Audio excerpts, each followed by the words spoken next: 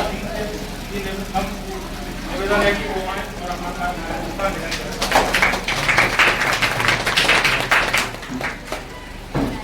आज के जिला सेक्रेटरी श्री अमजद सिंह जी निवेदन है कि वो कार्यकाल के बारे में संक्षिप्त विवरण देने का कष्ट करें और जो लोग यहाँ बता रहे हैं उनके बारे में भी संक्षिप्त पढ़ देते हैं।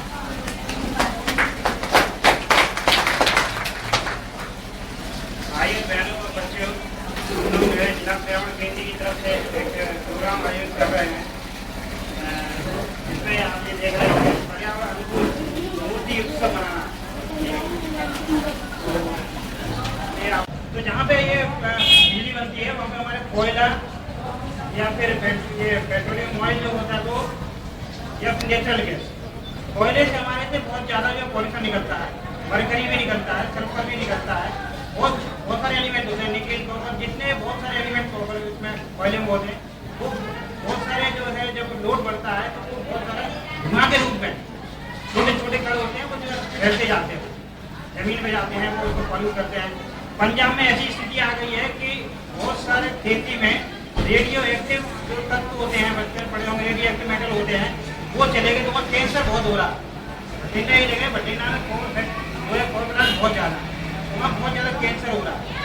ऐसे ही हम जो मूर्तियों में जो कलर यूज़ करते हैं, जैसे राहुल जी ने बताया कलर यूज़ करते हैं हम, कलर जो है बहुत नुकसानदायक होते हैं। कलर में भी यही मेटल होते हैं, मरकरी होता है, कॉपर होता है, एल्यूमिनियम होता है, जिंक होता है। ये सब जो है किसी भी जहाँ पर हम किसी भी मूर्ति को डाला या मिट्टी में डालते हैं। अभी आंध्र प्रदेश या कुछ जगह की जो झीलें हैं उसमें इतना ज़्यादा पॉल्यूशन हो गया है क्योंकि जो ऑक्सीजन खत्म हो गई। ऑक्सीजन किससे खत्म हो जाती है? फूल लिए, कपड़ा लिए, सब उसमें डाल दिए तो छोटे छोटे जो बैक्टीरिया डेवलप हो जाते हैं, फंगस हो जाती है, उसके ऑक्सीजन को खत्म कर देते हैं।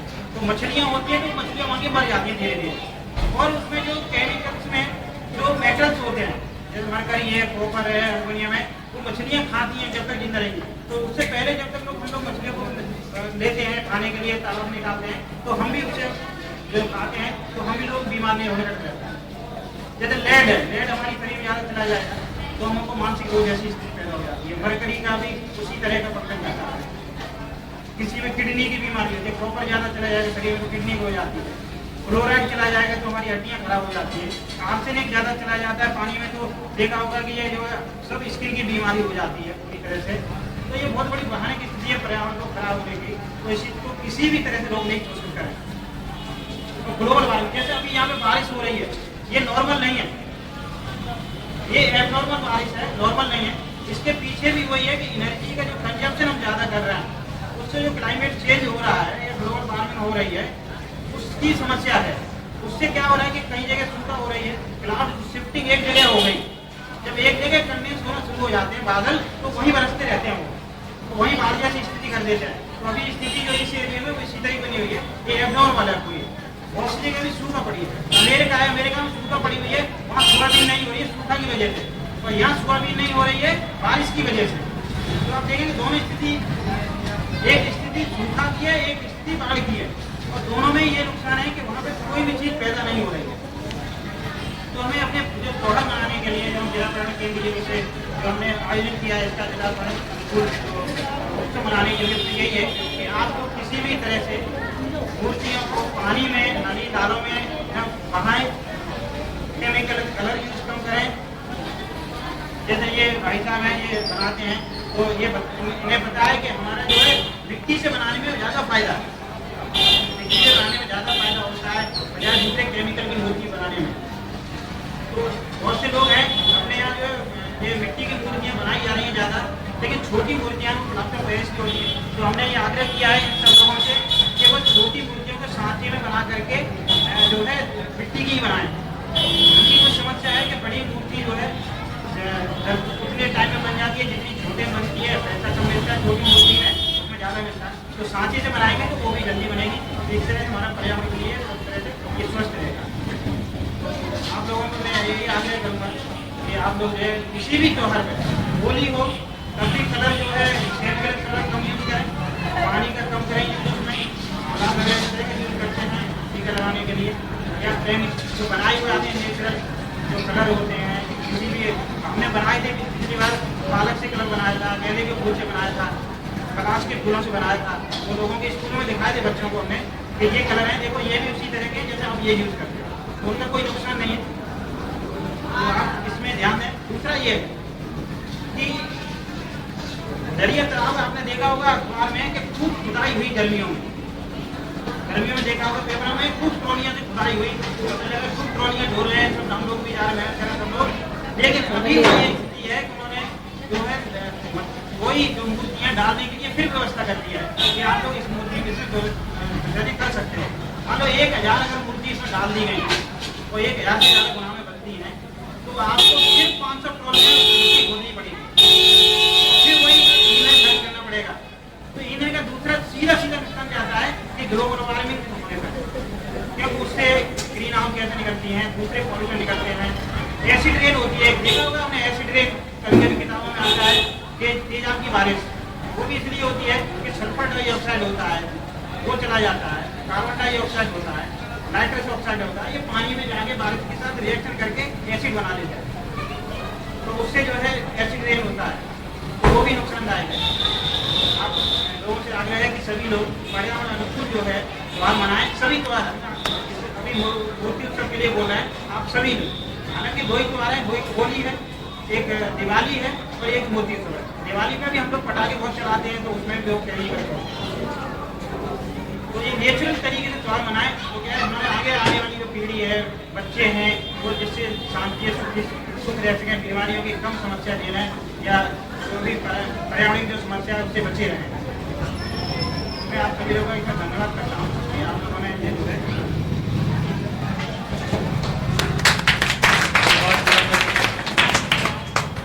धन्यवाद जिला सहयोजक जी।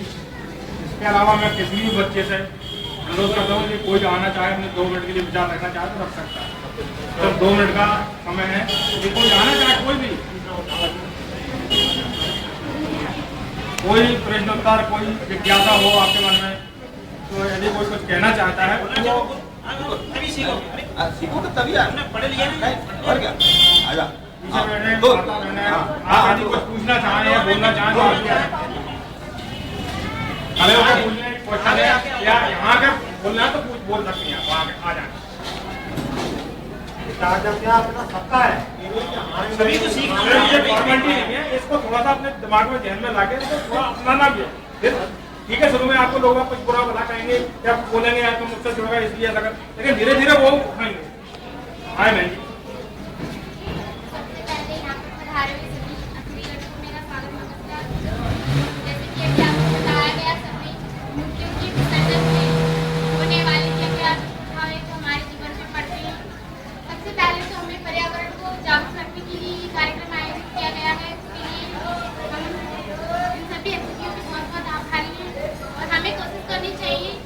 नदियों में जो कूड़ा कचरा बहाया जाता है उसे ना बहाया जाए, ताकि हम उसे स्वच्छ रख सकें। जैसे कि इंसान अपने आप को स्वच्छ रखता है, हमारा हक बनता है कि हम पर्यावरण को भी साफ सुथरा रखें, और साथ ही आप श्री गणेश जी का नाम नहीं हासिल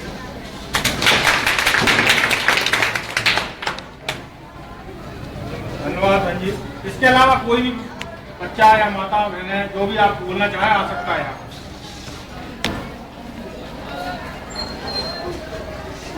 ठीक है भाई, अरे बोलने में कोई अंगूठा टेढ़ नहीं है, बोलने में तो आपका एक्सपीरियंस ज्यादा है माता जी हमसे, आपको जो अनुभव है पिछले 8 साल के वो हमसे कहीं ज्यादा है, जो आप बता सकते हैं हम नहीं बता सकते, जो 8 साल पहले की बात है 7 साल पहले की बात है। धन्यवाद। अच्छा, मैं आगे कार्यक्रम को बढ़ाते हुए आर के नंदा जी से अनुरोध करता हूँ वो आए, धन्यवाद, और पधारे हुए अतिथियों का आभार धन्यवाद प्रकट करने के लिए आदरणीय नंदा जी।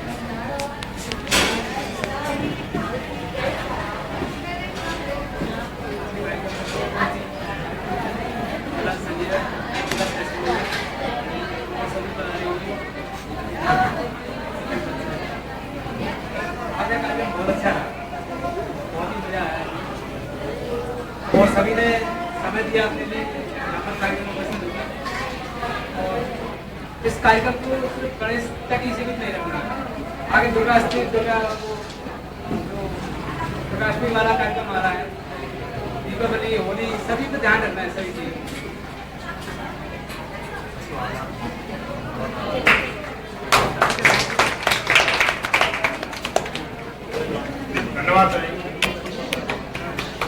उपस्थित सभी आए मुख्य अतिथि महोदय, जिला संयोजक जी, डॉक्टर साहब, जिला संयोजक जी, नाका साहब, स्कूल के टीचर, माता बहनें, विजय साहू जी, मनोज शर्मा जी, प्रदीप साहू जी, नंदा जी और सभी बच्चे अपना अमूल्य समय इस कार्यक्रम के लिए दिया। इसके लिए हम आपसे हम सब एक दूसरे के तहे दिल से शुक्रिया अदा करते हैं। बहुत बहुत आभार, धन्यवाद करते हैं।